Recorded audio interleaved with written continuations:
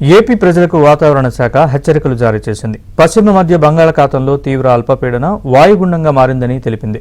వాయుగుండం క్రమంగా బలపడి తీవ్ర వాయుగుండంగా ఆ తర్వాత తుఫానుగా మారే అవకాశం ఉందని వెల్లడించింది.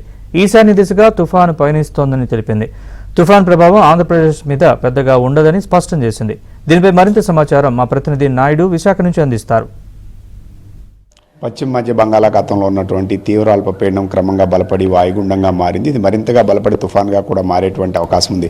అయితే దీని ప్రభావం ఇప్పుడు ఆంధ్రప్రదేశ్ మీద ఎక్కడ పెద్దగా ఉండదనేది స్పష్టంగా తెలుస్తుంది. ప్రజలు కూడా భయపడాల్సినటువంటి అవసరం లేదని చెప్పి వాతావరణ నిపుణులు అయితే అంచనా వేస్తున్న పరిస్థితుంది. ప్రస్తుతం మనతో పాటుగా వాతావరణ శాఖ అధికారి సునంద్ గారు, మేడం చెప్పండి, ఇప్పుడు దీని ప్రభావం ఆంధ్రప్రదేశ్ మీద ఏమైనా ఉంటుంది? ఆంధ్రప్రదేశ్ కానీ తెలంగాణ మీద కానీ దీని యొక్క ప్రభావం అనేది మరి ఆంధ్ర రాష్ట్రం మీద తక్కువనే చెప్పుకోవాలి. మొత్తం క్లౌడ్స్ అన్నీ కూడాను అంటే ఇక సిస్టమ్ వెళ్ళే దిశలోనే మొత్తం అంతా కూడా రెయిన్ఫాల్ కానీ అడ్వర్స్ వెదర్ అంతా కూడా అక్కడే అసోసియేట్ అవుతుంది.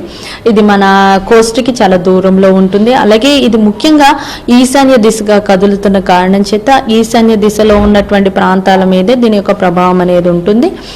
అందువల్ల మన రాష్ట్రం మీద దీని యొక్క ప్రభావం అనేది మరి తక్కువే అని చెప్పుకోవాలి. ఓన్లీ తేలికపాటి వర్షాలు మాత్రమే ఉంటాయి. తేలిక నుంచి తేలికపాటి వర్షాలు 1 లేదా 2 చోట్ల ఉండే అవకాశం అయితే ఉంది. అంటే ఇప్పుడు ఆల్రెడీ ఏదైతే ల్యాండ్ మీద మాయిశ్చర్ కంటెంట్ ఆల్రెడీ సిస్టమ్ ఉంది కాబట్టి మాయిశ్చర్ కంటెంట్ తీసుకోవాలి, టెంపరేచర్స్ కూడా కొంత పెరిగేటువంటి అవకాశం ఉంది. ఎక్కడైనా సిబి ఎఫెక్ట్ ఉంటుందా? అంటే ఇప్పుడు ఏమైందంటే సిస్టమ్ ఈవెన్ దో ఇక్కడ ఉన్నా కూడా కొన్ని బ్యాండ్స్ ఈ సిస్టమ్ నుంచి కొంచెం ఈ ప్రాంతం వైపుగా మన ఆంధ్ర రాష్ట్రం మీదుగా వస్తున్న కారణం చేత అందువల్లనే ఈరోజు చూసుకున్నట్లయితే కొంత ప్రాంతము అంటే మనకి కొద్దిసేపు క్లౌడీగా కొద్దిసేపు ఎండ వాతావరణం అనేది ఎక్కువగా నార్త్ కోస్టల్ ఆంధ్రప్రదేశ్లో చూస్తాం జరుగుతుంది. సో అందువల్ల ఈ ప్రాంతంలో నార్త్ కోస్టల్ ఆంధ్రప్రదేశ్లో కొంచెం సాధారణమైనటువంటి ఉష్ణోగ్రతలు ఉంటాయి.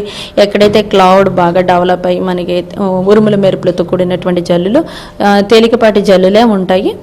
అంతకన్నా ఎక్కువ ఉండవు. ఈ నార్త్ కోస్టల్ ఆంధ్రప్రదేశ్లో ఎక్కువగా ఉండే అవకాశం ఉంది. వేరే సౌత్ కోస్టల్ ఆంధ్రప్రదేశ్లో ఇప్పటికే చూసినట్లయితే ఈ క్లౌడ్ బ్యాండ్స్ ఇక్కడికి వస్తున్నాయి, కానీ ఇక్కడ రెయిన్ఫాల్ కొంచెం తక్కువగానే చెప్పుకోవాలి. మొత్తం మీద ఇక్కడ మొత్తం కోస్తా ఆంధ్ర అంతా కూడా తేలికపాటి వర్షాలు అంటే ఒక బ్యాండ్స్ కొద్దిగా మన ఆంధ్ర రాష్ట్రం మీద అందువల్ల మబ్బు వాతావరణం కొంచెం కొన్ని ప్రాంతాల్లో ఉంది. సో అది ఈరోజు ఉండే అవకాశం ఉంది. రేపటి నుంచి మరి ఇంకా సిస్టమ్ పైకి వెళ్ళే కొద్దీ కూడా మనకి ల్యాండ్ మీద నుంచి విండ్స్ వస్తాయి. ఎప్పుడైతే ల్యాండ్ మీద నుంచి విండ్స్ వస్తాయో మరి క్లౌడ్ ఫ్రీగా ఉంటుంది, క్లియర్ స్కై కండిషన్స్ ఉంటాయి, ఉష్ణోగ్రతలు గ్రాడ్యువల్గా పెరిగితే ఈ రోజు కూడా చూసుకున్నట్లయితే సౌత్ కోస్టల్ ఆంధ్రప్రదేశ్లోను అలాగే రాయలసీమలో ఉన్నటువంటి నంద్యాల, అనంతపూర్ అంటే తెలంగాణ ఆనుకున్నటువంటి మన జిల్లాల్లో కొంచెం టెంపరేచర్స్ అయితే ఎక్కువే ఉంటాయి. వెరస్ కేరళ, కర్ణాటక ఆనుకున్నటువంటి ప్రాంతాల్లో మాత్రం కొంచెం నార్మల్గా ఉంటాయి.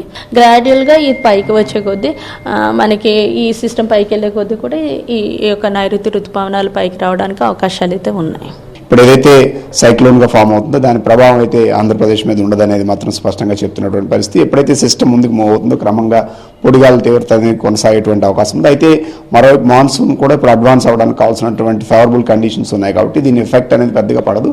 సో సిస్టమ్ క్రాస్ అయిన తర్వాత యాజ్ టీజ్గా మాన్సూన్ అనేది ఫర్దర్గా రావడానికి కానీ మిగతా అన్ని అవకాశాలు ఉన్నాయని చెప్పి వాతావరణ నిపుణులు అయితే అంచనా వేస్తున్న పరిస్థితి కనిపిస్తుంది. విడిజన సంతోష్ నాయుడు.